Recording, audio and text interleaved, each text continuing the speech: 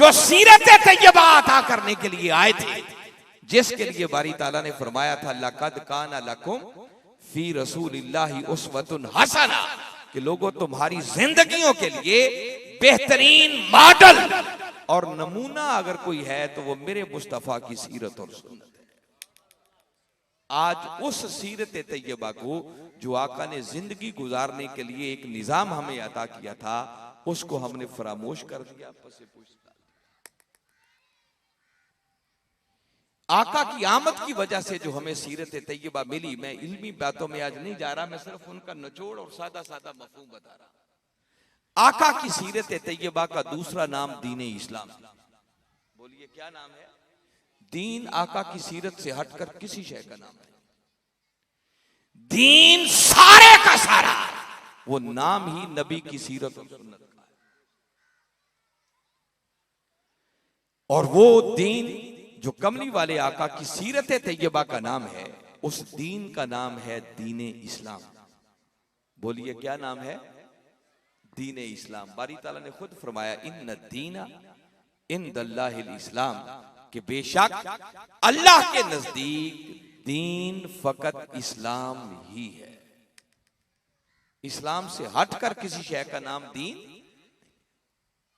और जब उस दीन को कमली वाले आका सल्लल्लाहु अलैहि वसल्लम ने डिफाइन किया, आपने उस दीन की तारीफ की, दीन को हमें समझाना चाहा, तो दीन को समझाते हुए जो एक बात मेरे आका ने इरशाद फरमाई, फरमाया बुनियल इस्लाम वाला खम्स, फरमाया इस्लाम की बुनियाद 5 चीजों पर है।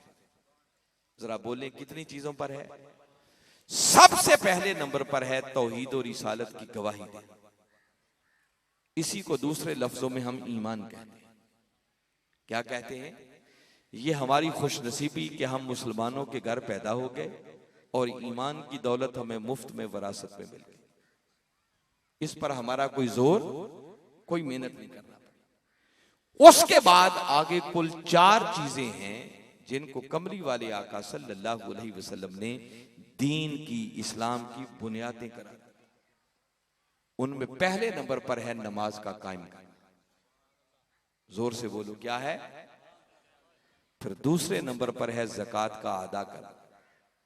फिर तीसरे नंबर पर है रमजान के रोजे रखना। और चौथे नंबर पर है कि अगर अल्लाह ने इस्तिताअत दी है तो बैतुल्लाह का हज। ये कलमे समेत आगे 4 चीजें हैं प्रैक्टिकली करने वाली, जिनको कमली वाले आका सल्लल्लाहु अलैहि वसल्लम ने दीन की, इस्लाम की बुनियादें करा।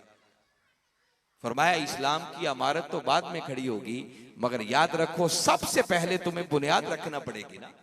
जब तक बुनियाद नहीं रखते ऊपर बिल्डिंग बन सकती है? बिल्डिंग का कोई तसव्वुर ही नहीं, कोई वजूद ही नहीं। तो फरमाया अगर इस्लाम की इमारत खड़ा करना चाहते हो तो ईमान इस्लाम की इमारत के लिए बुनियादें और बुनियादी सतून अगर हैं तो फरमाया कलिमा पढ़ लेने के बाद वो 4 चीजें हैं, नमाज, ज़कात, रोजा और हज। और आज हम कलिमा पढ़ने वाले और मिलाद की खुशियां करने वालों का आलम यह है कि हमने इन 4 चीजों से अपना ताल्लुक काट रखा है। सबसे पहला रुकन और पहली बुनियाद कलिमा पढ़ लेने के बाद वो नमाज का कायम करना है। और मेरे ख्याल में कुरान पाक के अंदर जिस कसरत के साथ बारी ताला ने नमाज कायम करने का हुक्म दिया है, शायद कोई और काम करने का हुक्म नहीं। अल्फाज बदल बदल कर मुख्तलिफ अंदाज में, मुख्तलिफ पैराए में बारी ताला ने नमाज कायम की। मगर आज ये मिलाद बनाने वाले, आका से मोहब्बत करने वाले बैठे हैं ना, आका ये दीन लेकर आए हमारे लिए, तो जरा हम अपने गिरेबानों में झांक कर देखें, हम में से कितने लोग हैं जो बाकायदगी से 5 वक्त की नमाज पढ़ते हैं। तो क्या खाली निजात इसी बात पर हो गई कि हाँ मैं मिलाद बनाने वाला था, साल के बाद मैं मिलाद का जलसा करता था, बाकी कोई बात आपसे नहीं पूछी जाएगी? पहला सवाल इसी नमाज की निस्बत किया जाएगा।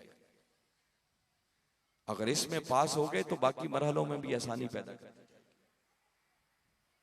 मगर हमने अपने ज़हनों के अंदर एक ऐसा तसव्वुर बिठा लिया है कि बाकी कुछ करने की जरूरत नहीं, बस साल बाद मिलाद का जलसा करो, बेड़ा ही पार। ये हम किसी मुगालते का शिकार, इस्लाह चाहिए।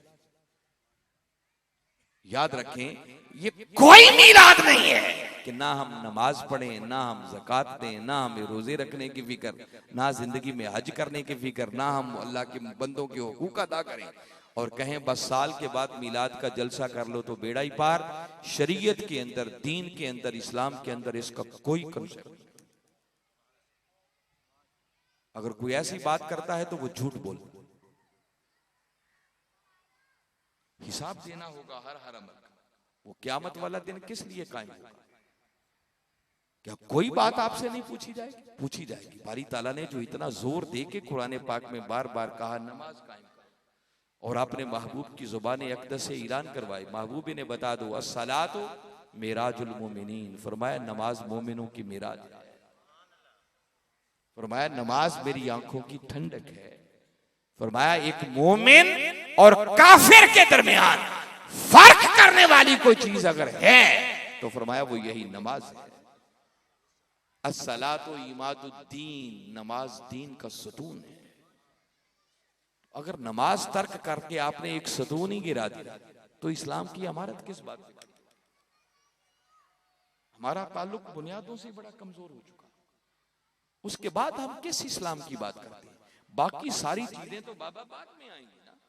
आपका मीलाद बाद में पूछा जाए, पहले तो बुनियादों की बात होगी ना। बताओ, कलमा पढ़ लेने के बाद नमाज पढ़ी थी? पहला इम्तिहान ही कलमे के बाद शुरू हो जाता है। जिस वक्त भी कलमा पढ़ोगे किसी ना किसी नमाज का तो वक्त होगा ही ना। तो बस नमाज पढ़ी या नहीं समझ आ जाएगी कि ईमान कितना पक्का कबूल किया। तो लिहाजा हाज़रीन मुकर्रम, अगर मीलाद बनाने का भी हक अदा करना चाहते हैं तो जरूरी है कि पहले अल्लाह की अता करदा नमाज इसको अपनी जिंदगी का मामूल बनाए। इसके बगैर चारा नहीं होगा, इसके बगैर कोई गुजारा नहीं होगा। इसका हिसाब देना पड़ेगा, जवाब देना। और यही वो नमाज है। फिर इसी नमाज के जरिए इंसान आहिस्ता आहिस्ता अगली मंजिलें तय करता है। देखे ना, बुनियादें होगी तो कभी आप सोचेंगे ना कि इसके ऊपर भाई कोई दीवारें भी बना लेनी चाहिए, कुछ छतें भी डाल लेनी चाहिए। अब बुनियाद हो ही कोई ना तो आगे कोई दीवारें या छतें डालने का कोई सोचेगा? कोई सोच ही नहीं सकता। तो सबसे पहले अगर आपने सालिक बनना है, कोई सफर तय करना है, कोई मंजिल मकसूद पर पहुंचना है, अपनी इस्लाम की इमारत को मुकम्मल करना है, तो सबसे पहले तो आपको बुनियादें रखना। और आज बदकिस्मती यह है कि हमने दीन के शीशे को फरामोश कर दिया। जो ज्यादा नमाज पढ़े हम उसको मौलवी कहते हैं, उसको हकारत की निगाह से देखा जाता है। देखो ये रोज मस्जिद जाता है, नमाज। तो आओ, अगर आका से मोहब्बत करने वाले हो, आका से इश्क के दावेदार हो, आका के मीलाद का, आमद का हक अदा करना चाहते हो तो पहले इस बात पर गौर करो कि अल्लाह ने उस रसूल को भेजा किस लिए। रसूल को तो भेजा इसलिए कि ताकि महबूब आप जाकर इनको दीन सिखाएं, इनको पता चले जिंदगी कैसे गुजारनी है। और मेरे आका ने जिंदगी में नमाज कभी नहीं छोड़ी। अभी देखे ना, स्टेज पर हमारे सना खान आते हैं, स्टेज सेक्रेटरी आते हैं, तो किस तरह बढ़ चढ़ कर वो सहाबाए किराम की बातें करते हैं और अहले बैत की बातें बयान करते हैं। आज बदकिस्मती है क्या मैंने झगड़ों में पड़ के रह गए। कोई सहाबा का नाम ले ले तो दूसरों को प्रॉब्लम होना शुरू हो जाती है, कोई अहले बैत का नाम ले ले इधर वालों को प्रॉब्लम होना शुरू हो जाती है। अजीब मखमसे में हम पड़े। ये कोई नहीं देखता कि सहाबा हो या अहले बैत, ये सहाबा और अहले बैत के वो हैं जिन्होंने सही मानों में आका के लाए हुए दीन पर अमल किया। क्या सैयदना सिद्दीक़ अकबर रज़ी अल्लाह तआला अन्हु ने नमाजें नहीं पढ़ी होंगी? ये तो वो खुश नसीब हैं कि जिनको अल्लाह रब्बुल इज्जत ने ये शर्फ और मकाम अता किया। फरमाया अबू बकर मेरे बाद अगर मेरे मुसल्ले पर खड़े होकर इमामत का किसी को हक है तो सिर्फ सैयदना सिद्दीक़ अकबर। मेरे आका उनको हुक्म दे दिया, अबू बकर इमामत के मुसल्ले पर खड़े। तो सोचो उस अबू बकर की नमाजों का आलम क्या होगा जिनको आका मुसल्ले पर खड़े होने का हुक्म। जिस हुसैन से इतनी मोहब्बत के हम दावेदार हैं, इमाम आली मकाम इमाम हुसैन अलैहिस्सलाम तो वो हैं जिन्होंने करबला के मैदान में तीरों, तलवारों और नेज़ों के साए में भी अपना आखिरी सजदा कज़ा नहीं होने दिया। सारी जिंदगी इन शख्सियात पर झगड़े ही करते रहेंगे या कभी उनके नक्शे कदम पर भी हम चलेंगे? आज हम सिर्फ इन चंद बातों में लड़ाई और झगड़े करने के सिवा कोई हमारी जिंदगी का मकसद बाकी नहीं। अमल की तरफ आने का वक्त कब? तो शाह साहब ने हक फरमाया, जो कमी उन्होंने महसूस की उसी की तरफ आप सबको भेजेगी। तो अगर हम कमली वाले आका के वफादार हैं, सहाबा के गुलाम हैं, अहले बैत के दर के सग कहलाना चाहते हैं, तो आओ पहले उनके नक्शे कदम पर चलना सीखो। उस राह पर चले बगैर किसी को मंजिल नहीं मिल सकती। कोई कहे कि बारों बार बाईपास सीधा ही पहुंच जाऊंगा, वहां बाईपास कोई नहीं चलेगा, इन्हीं रास्तों से गुजर के जाना पड़ेगा। पूछा जाएगा नमाज पढ़ी थी या नहीं पढ़ी? फिर नमाज के बाद आगे दूसरा अहम सतून वो ज़कात है। और हम सारे जरा अपने गिरेबानों में जान कर देखें कि हम में से कितने हैं कि अगर वो साहिब निसाब हैं, अल्लाह ने उनको माल दे रखा है, तो जो साल के बाद बाकायदा हिसाब करके अपने माल की ज़कात निकालते हैं। जब आप सोचेंगे तो शायद उंगलियों पर गिने हुए चंद लोग आपको। और सबसे ज्यादा दीन का निगलेक्ट होने वाला, नजरअंदाज होने वाला अगर कोई रुकन है तो वो यही ज़कात है। हम ज़कात देते भी नहीं और हमारा ज़मीर अंदर से हमें झंझोड़ता भी। देना तो बड़ी दूर की बात है, हमारी तो कोशिश होती है लोगों के हुकूक पर भी डाके डाल। जितना कब्जा किया जाता है कब्जा कर। हालांकि आप कभी कुरान को पढ़ें, अक्सर मकामात आपको मिलेंगे बारी ताला ने जैसे ही नमाज कायम करने का हुक्म दिया, मुत्तसिल जोड़कर आगे ज़कात अदा करने का, अकीमुस सलात व आतुज़ ज़कात, फरमाया नमाज कायम करो और ज़कात अदा किया। हजरत अब्दुल्ला इब्ने उमर रज़ी अल्लाह ताला अन्हु वो फरमाते हैं कि अल्लाह रब्बुल इज्जत ने कुरान पाक के अंदर दो दो चीजों को जोड़कर 3 सेट बनाकर हुक्म दिया। जैसे उसमें एक मिसाल तो ये है कि बारी ताला ने जब अपनी इताअत की बात की तो साथ रसूल की इताअत को जोड़कर बयान किया। फरमाया अतीउल्लाह व अतीउर रसूल, फरमाया अल्लाह की भी इताअत करो और उसके रसूल की भी इताअत करो। इसी तरह बारी ताला ने फरमाया अनिश्कुर ली वाली वालिदै, फरमाया बंदे मेरा भी शुक्रिया अदा कर और अपने वालिदैन का भी शुक्रिया अदा कर। इन दोनों चीजों को भी जोड़ के इकट्ठा बयान किया। और इसी तरह फरमाया अकीमुस सलात व आतुज़ ज़कात, फरमाया नमाज कायम करो और ज़कात दिया करो। अब्दुल्ला इब्ने उमर रज़ी अल्लाह ताला अन्हु कहते हैं कि ये जो बारी ताला ने दो दो बातें जोड़कर हुक्म दिया है ना, ये इकट्ठी बयान करने का माना ये है कि बारी ताला ने अगर फरमाया अतीउल्लाह व अतीउर रसूल, अल्लाह की भी इताअत करो रसूल की भी इताअत करो, तो बारी ताला समझाना चाहते हैं कि वो बंदा जो अल्लाह की इताअत करे मगर उसकी रसूल की इताअत ना करे तो अल्लाह अपनी की हुई इताअत को भी रद्द कर देगा। वो कहता ले जाओ, मुझे कबूल ही नहीं है। ये इकट्ठा पैकेज है, इकट्ठा होगा तो कबूल करूंगा, अलग अलग लेके आओ तो रद्द कर दिया जाएगा। फरमाया अनिश्कुर ली वाले वालिदै, बारी ताला फरमा रहे हैं बंदे मेरा भी शुक्र अदा कर, अपने वालिदैन का भी शुक्र अदा कर। जो बंदा अल्लाह का तो शुक्र बड़ा अदा करे, नमाजें पढ़े, रोजे रखे, हज करे, उम्रे करे, मगर वालिदैन का नाफरमान हो, तो बारी ताला फरमा रहे हैं कि मैं उस बंदे की नमाजें भी उसके मुंह पर दे मारता हूं और बताना चाहता हूं कि मैं अपनी शुक्रिया भी तब कबूल करता हूं जब पहले बंदा अपने वालिदैन का फरमा। और इसी तरह फरमाया अकीमुस सलात व आतुज़ ज़कात, इकट्ठा बयान करने का माना है कि जो बंदा नमाजें पढ़े मगर माल की ज़कात अदा ना करे, अल्लाह उस बंदे की नमाजों को रद्द कर। नमाजें कबूल करवाना चाहते हो तो साथ साथ माल की ज़कात अदा करना पड़ेगी, अपनी जमीनों का उशर अदा करना पड़ेगा।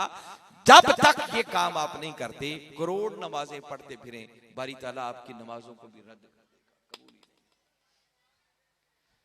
तो जरा सोच लें कि हम में से कितने हैं जो बाकायदा हिसाब करके अपने माल की ज़कात निकालते हैं। यही हाल फिर आगे रोजे का है और यही हाल आगे हज का है। ये तो है दीन की बुनियाद। और सच्ची बात यह है कि आगे आगे इस पर गौर करें तो हमारी सूरत हाल ये है कि उस दीन पर अमल करना तो बड़ी दूर की बात, हमने उस दीन का असल चेहरा ही मस्ख करके रखा। हमारे जहनों के अंदर वो दीन का असल तस्वर ही धुंधला चुका। हम दीन को दीन समझने के लिए तैयार ही नहीं है। अमल क्या करना है? हमने सिर्फ दीन को मस्जिद की चार दीवारी के अंदर बंद कर। हमने कहा दीन नमाज पढ़ने का नाम है, रोजे का नाम है, ज़कात अदा कर लो, हज कर लो, बस यही दीन है। होता हमसे वो भी नहीं, मगर इससे आगे दीन को समझने के लिए तैयार नहीं है। अब अगली बात सुन ले जो मैं अगली साथ जोड़ के बात कहना चाह रहा हूं। ये जितनी बातें हैं, नमाज है, ज़कात है, रोजा है, हज है, ये सारे अल्लाह के हुकूक हैं। किसके हुकूक हैं? इनको अल्लाह ने दीन की बुनियादें करा दी, मगर साथ उसने बता दिया कि याद रखो मैं अपने हुकूक भी तब कबूल करता हूं जब पहले मेरे बंदों के हुकूक अदा किया जाए। फरमाया अगर कोई शख्स मेरे बंदों के हुकूक अदा नहीं करता तो याद रखो वो जितनी नमाजें रोजे पढ़ेगा मैं सब कुछ रद्द कर दूंगा, उसके मुंह पर दे मारेगा। और हम अगले तस्वर से बेखबर हैं। हम कहते हैं बंदों के साथ जो चाहो सो करो, बस मस्जिद में जाकर मौला के हुजूर सजदा दे देगा। अल्लाह उन सजदों को कबूल नहीं करेगा।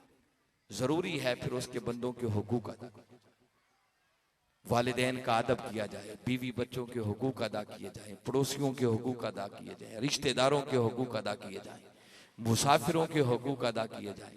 और जिससे भी आपका वास्ता है, जब तक सबके हुकूक अदा नहीं करते तब तक अल्लाह अपने हुकूक भी कबूल।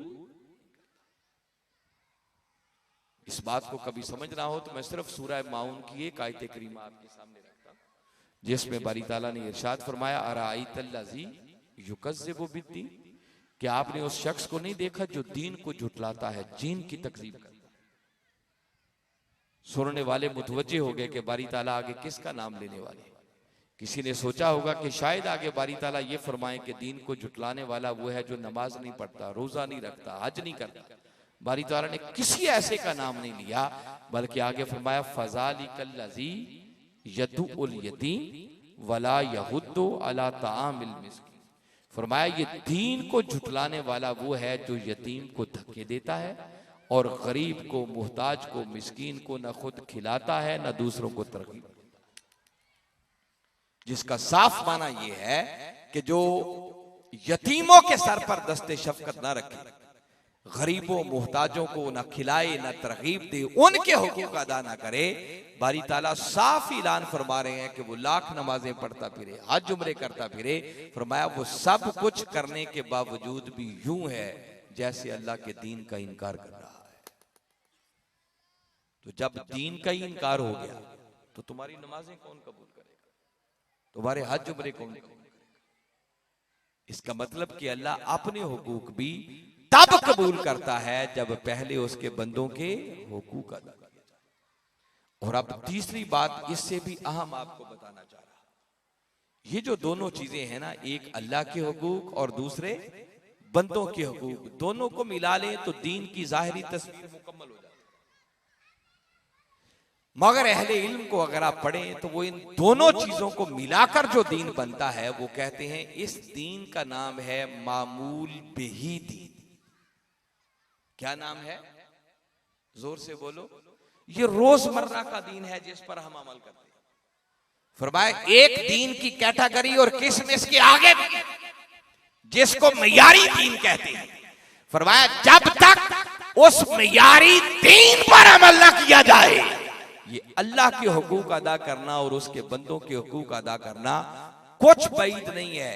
जब दीन मयारी दीन पर अमल का तकाजा कर रहा हो और कोई खाली नमाजों सजदों में ही लगा हो तो अल्लाह उसकी नमाजें सजदे भी रद्द कर देता है। वो दीन का तीसरा रुख क्या है? वो दीन का तीसरा रुख ये है कि जब दीन जवाल का शिकार, जब दीन की कदरें मिट रही, जब दीन की हदों को तोड़ा जा रहा, जब लोगों के हुकूक पामाल हो रहे हो, तो उस वक्त उस दीन की इकामत के लिए, दीन की सरबुलंदी के लिए, दीन के तहफ्फुज़ के लिए मैदाने अमल में निकलना। दीन की एक ही किताब है जो आसमानों से उतरी, जिसको कुरान कहते हैं। मगर हम में से कितने लोग हैं जिनको सही ढंग के साथ वो किताब पढ़ना आती है? मैं सही कह रहा हूं या गलत कह रहा हूं? हमें वो कुरान पढ़ना भी कोई नहीं। और फिर एक स्टेप आगे जाकर जरा इस पर आप सोचें कि अगर वो कुरान पढ़ना आ जाता है तो पीछे वो कितने हैं कि जो कुरान पढ़े तो फिर उनको समझ भी आती है कि इस कुरान के अंदर लिखा क्या है। क्या ख्याल है, आती है समझ? कोई समझ नहीं। तो मुझे सच्चे दिल से जरा सोच के बताएं कि जिस कौम को कुरान पढ़ना कोई नहीं आता, जिनको समझ कोई नहीं है कि इस कुरान के अंदर लिखा क्या है, तो इस कुरान पर अमल खाक करेंगे, उसने क्या अमल करना? इससे बड़ा भी कोई सवाल हो सकता है? इससे बड़ा और उम्मत पर सवाल क्या हो? और हम सिर्फ झगड़ों में पड़े हुए, हर कोई अपने अपने मसलक की फिक्र में लगा हुआ है, बस ये झंडा नीचे ना हो जाए। और असल बात की फिक्र ही कोई नहीं कर रहा कि जिस दीन को आका लेकर आए थे, आज उस दीन के साथ हम कर क्या रहे हैं। ना हमें कुरान पढ़ना आता है, ना हमें कुरान की समझ है। तो जब समझ ही नहीं है, पढ़ना ही नहीं है, तो अमल हमने क्या करना है? ये मैंने मोटी सी सिर्फ एक बात आपको बताई। और जब हालात इतने अबतर हो जाएं तो जिस हुसैन से मोहब्बत के हम दावे करते हैं ना, इमाम आली मकाम इमाम हुसैन अलैहिस्सलाम ने यही फलसफा तो हमें समझाया। ख्वाजा अजमेर ने, अभी मैं पढ़ रहा था पीछे, ये नाम हमारे बुजुर्ग जो पर्दा फरमा गए जिनका जिक्र किया जा रहा था, मोहतरम सैयद जिया हैदर शाह, और उनके नाम के साथ लिखा हुआ है आगे अजमेरी, अजमेर शरीफ से उनका ताल्लुक, चिश्ती। तो ख्वाजा अजमेर ने नवासा रसूल की निस्बत एक बात की थी, फरमाया था शाह अस्त हुसैन, बादशाह अस्त हुसैन। और आगे एक बड़ी खात आपने बात फरमाई थी, फरमाया था दी अस्त हुसैन, दी पना अस्त सारदार ना दाद दस्त दर दस्ते यजीद हक्का के बिना ला इला हस्त हुसैन। मैं पूरी रुबाई की शरह तो नहीं करना चाह रहा, मैं सिर्फ वो जो ख्वाजा अजमेर ने फरमाया ना दी अस्त हुसैन, मैं ये आपकी तवज्जो चाहता हूं।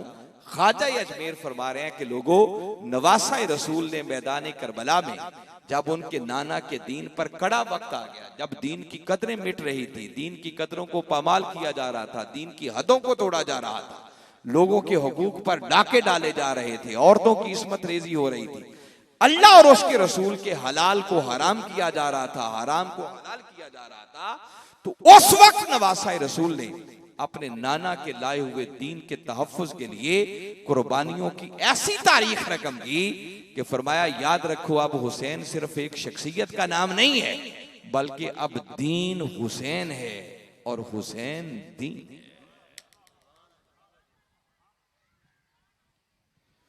वो नवासा रसूल जिनको ख्वाजा अजमेर दीन करार दे रहे हैं, क्या करार दे रहे हैं? दीन। वो नवासा रसूल का एक इकदाम बता रहा हूं, कहते हैं जिस दिन आप मक्का से करबला गए हैं वो जिलहज की 8 तारीख थी। कितनी तारीख थी? 8 तारीख।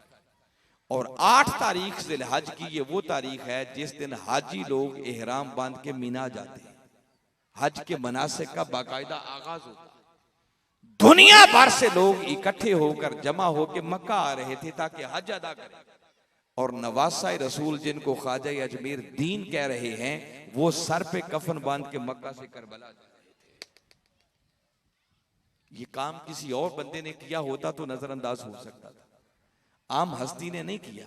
वो हस्ती जिनको ख्वाजा अजमेर दीन कह रहे हैं, जो आका का लुआबे दहन और जुबान अक़दस चूस चूस कर परवान चढ़े, जो आका के कंधों पर सवारी करते रहे, जिनकी खातिर मेरे आका अपनी नमाज के सजदों को भी लंबा कर दिया करते, वो हुसैन जिसको मेरे आका ने जन्नत के जवानों का सरदार करार दिया, उस हुसैन की बात कर रहा हूं। उन्होंने 8 जिलहज को मक्का से करबला रवाना होकर हमें यह समझाया है कि लोगों, जब मेरे नाना के दीन पर भारी वक्त आ जाए, उस वक्त एहराम बांधकर हज करना इबादत नहीं है, फिर दीन की सरबुलंदी के लिए फुरात के किनारे को खून से रंगीन करना ये उससे भी बड़ी। फरमाया फिर एयर कंडीशन मसाजिद के अंदर नमाजें पढ़ना इबादत नहीं है, फिर करबला के मैदान में 18 साल अली अकबर को दीन की खातिर लुटा देना ये उससे भी बड़ी इबादत है। आज हम आका का मीलाद बना रहे हैं, मगर आका की आमद के जरिए जो हमें दीन मिला, आज उस दीन की कदरें कितनी पामाल हो रही हैं। हम दीन के नाम लेवा उस दीन से कितना दूर हो चुके हैं कि ना हमें कुरान पढ़ना आए, ना हमें समझ आए इसमें क्या लिखा है, ना हम उस पर अमल करने के लिए तैयार हैं। तो क्या क़यामत वाले दिन खाली इस बात पर छोड़ दिया जाएगा कि हाँ ये मीलाद बनाने वाले थे? कुछ तो हमें अपने अंदर फिक्र पैदा करनी चाहिए ना, कुछ तो हमें सोचना चाहिए। हमने बस दीन को भी एक रस्म समझ लिया, बस 10 भी ले लो, दिन में 1000 मरतबा 5000 मरतबा दरूद पाक पढ़ो, बस बेड़ा ही। हाँ, दरूद पाक बरकत देता है, नमाजें फायदा देती हैं, सब कुछ होता है, मगर एक तरतीब के साथ। उधर दीन पर हमले हो रहे हो, कौम दीन से दूर हो रही हो, दीन की कदरें मिट रही हो, तो अल्लाह ताला तो ये फरमाता है फिर नमाजें नहीं, आओ पहले मिटती हुई दीन की कदरों को खड़ा करने के लिए मैदान। और हमारे करने वाला काम इस वक्त सरे दस्त ये है, जो हम मिलाद बनाने वाले हैं, आप लोगों को पैगाम ये दे रहा हूं कि हमने उस दीन की मिटती हुई कदरों को जिंदा तो क्या करना है, कम से कम हम इतना अगर कर लें कि हम आका के लाए हुए दीन पर अमल करने के लिए तैयार हो जाएं, तो मैं समझूंगा शायद हमने अपने हिस्से का किरदार अदा कर दिया। करबला आबाद करना हर किसी के बस की बात, वो हुसैन ही का काम है। ऐसे लोग फिर सदियों बाद आते हैं। इंशाल्लाह वो वक्त भी आएगा जब फिर कुर्बानियों की जरूरत पड़ेगी, और इंशाल्लाह मैं आला वजहिल बसीरत हमेशा कहा करता हूं और फिर कह रहा हूं, वो वक्त दूर नहीं है जब हुसैनी रास्ते पर चलते हुए वक्त के मुजद्दिद डॉक्टर मोहम्मद ताहिरुल कादरी की क़यादत में इंशाल्लाह इस धरती पर मुस्तफ़ी इनकिलाब का सवेरा तुलू होने वाला है। वो होकर रहेगा। वो जब जरूरत फिर पड़ी तो फिर आप लब्बैक गए, फिर मैदाने अमल में निकले, मगर सरे दस्त जरूरत इस बात की है कि और कुछ नहीं तो कम से कम आका के लाए हुए दीन पर अमल करने वाले तो बन जाए। इस झैल में एक ईमान अफरोज बात आपको कुरान से सुनाकर फिर हम अब बात को किसी नतीजे तक पहुंचाने की कोशिश करें।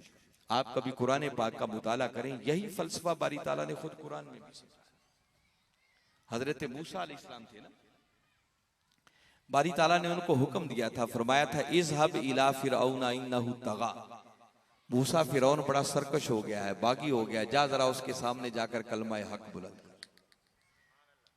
ये अल्लाह ने हुक्म दिया। इधर बारी ताला ने हुक्म दिया, मूसा अलैहिस्सलाम ने आगे दरखास्तों का एक पूरा अंबार है जो अल्लाह की बारगाह में पेश कर दिया और अर्ज करने लगे, काला रब्बिश रहली सदरी व यस्सिरली अमरी वहलुल उक़दतम मिन लिसानी यफ़क़हू क़ौली वजअलनी वज़ीरा मिन अहली हारून अख़ी उशदुद बिही अज़री व अशरिकहू फ़ी अमरी।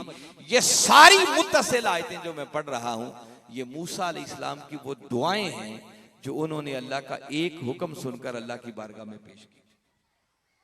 अर्ज करने लगे, मौला अगर फिरौन के सामने जाकर कलमा हक बुलंद करना है, इस बड़े काम के लिए मुझे ये जिम्मेदारी सौंप रहा है, तो मौला पहले मेरे सीने को खोल, मुझे शरे सदर अता कर, ताकि कोई डाउट बाकी ना रहे, शक बाकी, क्लैरिटी हो जाए, शरे सदर हो जाए। वयस्सिरली अमरी, और मौला मेरे लिए इस काम को आसान, और मौला मेरी जुबान की गिरा खोल दे ताकि लोग मेरी बात को समझ सकें। वजअलनी वजीरा, फिर अर्ज की मौला इस काम के लिए मेरा एक वजीर भी बना, मिन आहली, वो होना भी मेरे खानदान से चाहिए, खानदान से भी कोई और नहीं। आगे नाम भी बता दिया, मौला उसका नाम हारून है, और हारून भी कोई और नहीं, फरमाया आखी, वो हारून